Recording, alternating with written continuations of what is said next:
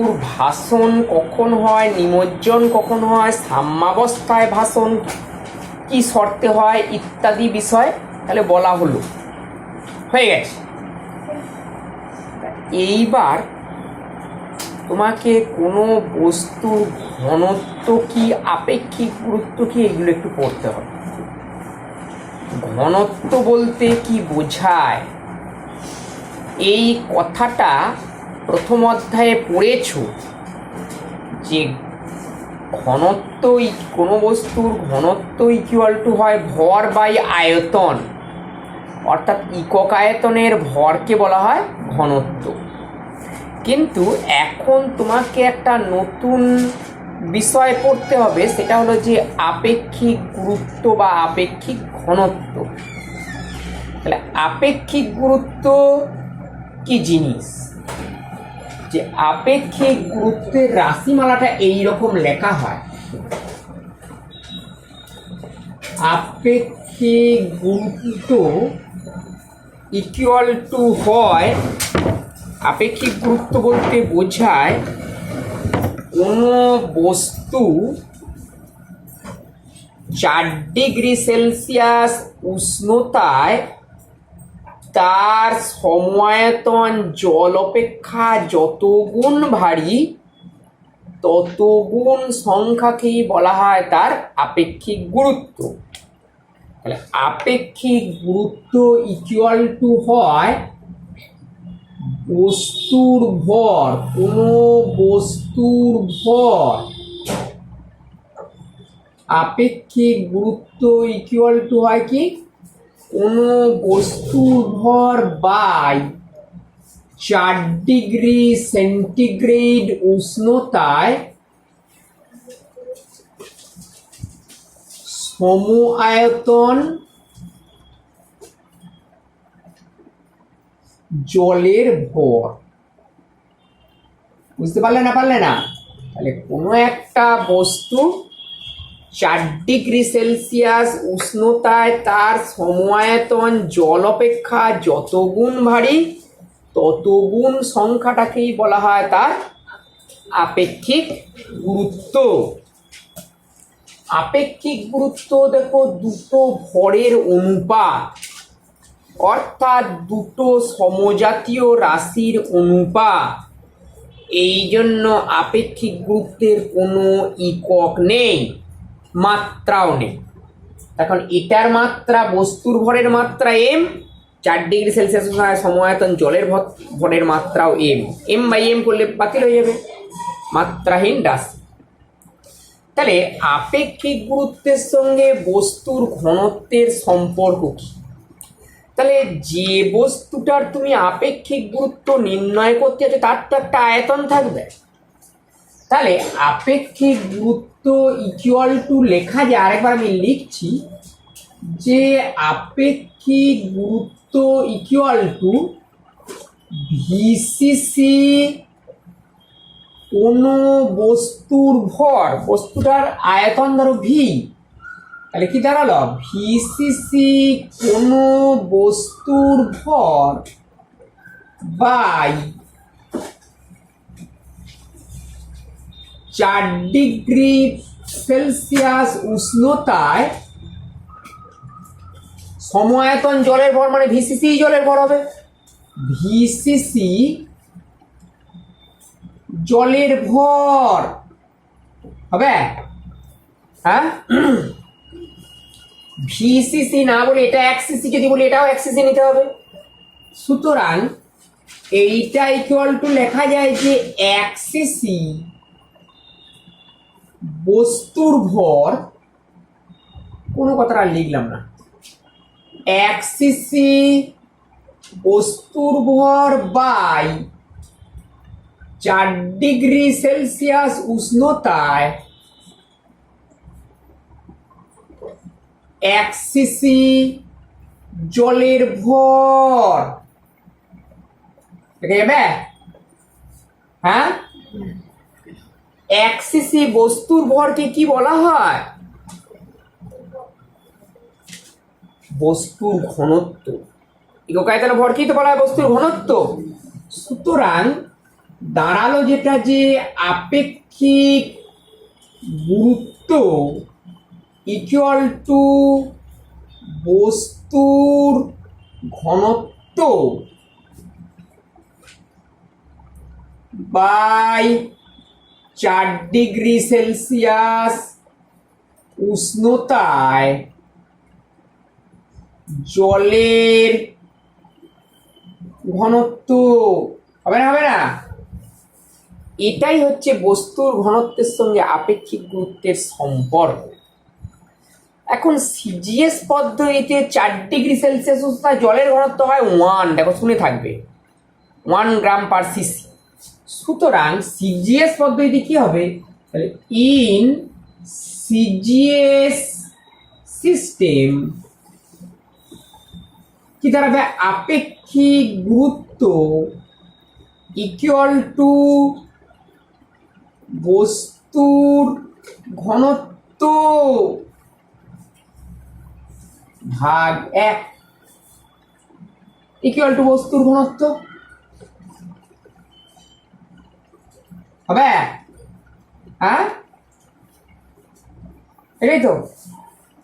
SI পদ্ধতিতে কি হবে, 4 ডিগ্রি সেলসিয়াস জলের ঘনত্ব এসআই পদ্ধতিতে কত হয়, 10⁻³ kg/m³। সুতরাং ইন এসআই আপেক্ষিক গুরুত্ব ইকুয়াল টু বস্তুর ঘনত্ব বাই 10⁻³। বুঝতে পারলে না, পারলে না? অর্থাৎ সিজিএস পদ্ধতিতে আপেক্ষিক গুরুত্ব আর বস্তুর ঘনত্ব সমান, কিন্তু এসআই পদ্ধতিতে আপেক্ষিক গুরুত্বের সঙ্গে 10⁻³ গুণ করলে বস্তুর ঘনত্ব হয়। মনে রাখবে, আপেক্ষিক গুরুত্বের মান সিজিএস এসআই যে পদ্ধতি বলো না কেন সমস্ত পদ্ধতিতে একই হয়, কিন্তু ঘনত্ব বিভিন্ন পদ্ধতিতে বিভিন্ন হয়। তাহলে আপেক্ষিক গুরুত্বের সঙ্গে বস্তুর ঘনত্বের তফাৎ কি? প্রথম ডেফিনেশনটা বলবে, ওটা বলছি না। দ্বিতীয় কি হবে, ঘনত্বের নির্দিষ্ট একক ও মাত্রা আছে, কিন্তু আপেক্ষিক গুরুত্বের কোনো একক বা মাত্রা নেই। 3 নম্বর কি হবে, সিজিএস পদ্ধতিতে ঘনত্ব আর আপেক্ষিক গুরুত্বের মান সমান, বা আপেক্ষিক গুরুত্ব মান সমস্ত পদ্ধতিতেই সমান, কিন্তু ঘনত্বের মান সমস্ত পদ্ধতিতে সমান নয়। এইগুলো হচ্ছে যে ঘনত্ব আর আপেক্ষিক গুরুত্বের মধ্যে তফাৎ। এরপর তোমার একটা নতুন বিষয় আছে, যেটাকে বলা হয় তোমার পৃষ্ঠটান বা সারফেস টেনশন। এটা লিকুইডের দেখা যায়, ভালো করে তুমি ভালো করে জলতলটা লক্ষ্য করবে। কয়েকটা ঘটনার কথা বলছি, দেখো। পৃষ্ঠটানটা কি জিনিস, যে ফ্রি সারফেস, এটা আমরা একদম কলেজে পড়েছিলাম, এখন তোমার মাধ্যমিকে একটু একটু ঢুকেছে, হায়ার সেকেন্ডারিতে অনেকটা আছে, দেখো বাকিটা কলেজে। সেই ভাষাটা ঠিক এইরকম ছিল প্রথমেই, যে free surface of any liquid behaves as if it is a stretched rubber membrane. In other words, A tension force act on the surface of the liquid. This force is called surface tension. যে তরলের মুক্ত তলটা একটা টান করা রাবারের চাদরের ন্যায় আচরণ করে। এর সাপেক্ষে যুক্তি কি আছে, একটা বেলুনের ফুলিয়ে, বেলুনটা তো টান করা রাবারের চাদর, যে জায়গাটায় তুমি চাপ দেবে আঙুলটা দিয়ে যে চেপে ধরো, সেই জায়গাটা একটু গর্ত মতো হয়ে যায়, হয় না? হয় না? অর্থাৎ ফোর্স দিয়েছো। আঙুলটা যদি ওয়াটার সারফেসের উপর দাও, জলপৃষ্ঠের উপর দিলেও আঙুলের একটা ওজন কাজ করবে। তুমি এরকম চাপ দাও আর না দাও, তোমার একটা ওজন ক্রিয়া করবেই করবে, একটা ফোর্স ক্রিয়া করবেই করবে। যে জায়গাটা জলতলের ওপর আঙুলটা রাখবে, সেই জায়গাটা দেখবে একটু ডিপ্রেসড হয়ে যাবে, নিচে নেমে যাবে, ঠিক বেলুনের ওপর তুমি দিলে যেটা হয়। দ্বিতীয় যুক্তি কি, যদি পুকুরে দেখো মাঝে মাঝে দেখবো মাকড়সা জলাশয়ের ওপর দিয়ে হেঁটে চলে যাচ্ছে, এবং যে জায়গাটা পা দিয়ে সেই জায়গাটা একটু গর্ত মতো হয়েছে, বাকি জায়গাটা তোমার সমতল আছে। ঠিক দেখো, টান করা রাবারের চাদরে এই জিনিসটা হয়, হয় না? হয় না? তিন নম্বর যুক্তি কি, যে যদি একটা তুলিকে জলের মধ্যে ডোবাও, দেখবে আঁশগুলো ছাড়া ছাড়া থাকে তুলির। যেই জলতল থেকে ওপরে তুলবে দেখবে তুলিটা সরু হয়ে যায়, আঁশগুলো জড়ো হয়ে যায়। তার কারণ কি, তুলিটাকে জল থেকে তুললেই তুলির গায়ে একটা জলের স্তর লেগে থাকে, লিকুইড লেয়ার লেগে থাকে। তাহলে সারফেস টেনশন কি লিকুইড সারফেসের ওপরে কাজ করে, তাহলে তুলির গায়েও তোমার জল লেগে থাকার জন্য একটা সারফেস টেনশন ফোর্স কাজ করে, যার ফলে কি হয়, আঁশগুলো জড়ো হয়ে যায়। ভেতরে হয় না কেন? Because the surface tension act only on the surface of the water, not inside the, only on the surface of the liquid, not inside the liquid. জলতলের উপরে তোমার পৃষ্ঠটানটা কাজ করে, জলতলের বা তরল তলের ভেতরে নয়। সেই জন্যই তোমার ওই জিনিসটা তোমার তুলির ক্ষেত্রে হয়, যখন বাইরে নিয়ে আসা হয়, জলতলের ভেতরে রাখা অবস্থায় হয় না। তাহলে তোমার এই যে সারফেস টেনশন ফোর্সের কাজ কি, the surface tension force contract the surface area of the liquid। বেলুনও দেখো, তোমার ফুঁ দেওয়ার পর মনে হয় যেন চারদিক থেকে টান করে বেলুনের পৃষ্ঠতলটাকে ছোট করে রাখা আছে, পৃষ্ঠতলের ক্ষেত্রফলকে ছোট করে রাখা আছে।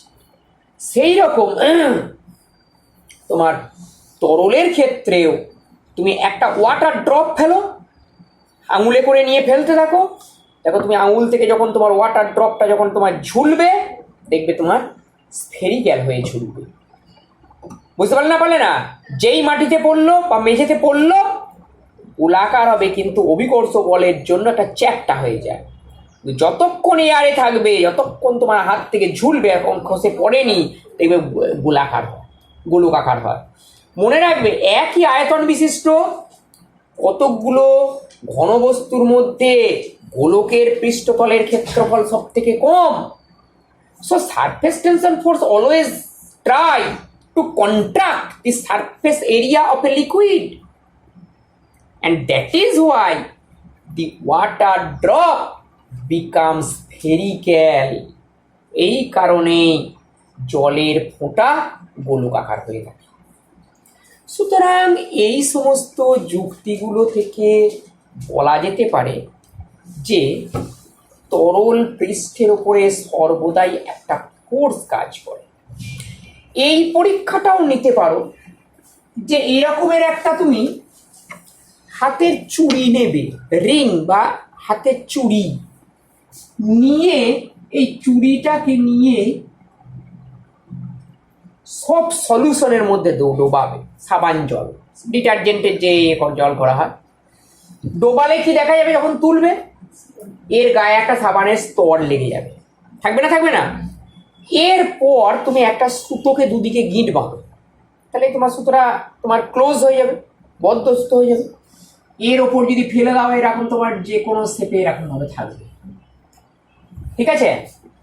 এখন যে তোমার সাবানের স্তরটা আছে, সুতোর ভেতর দিকেও আছে, বাইরের দিকেও আছে।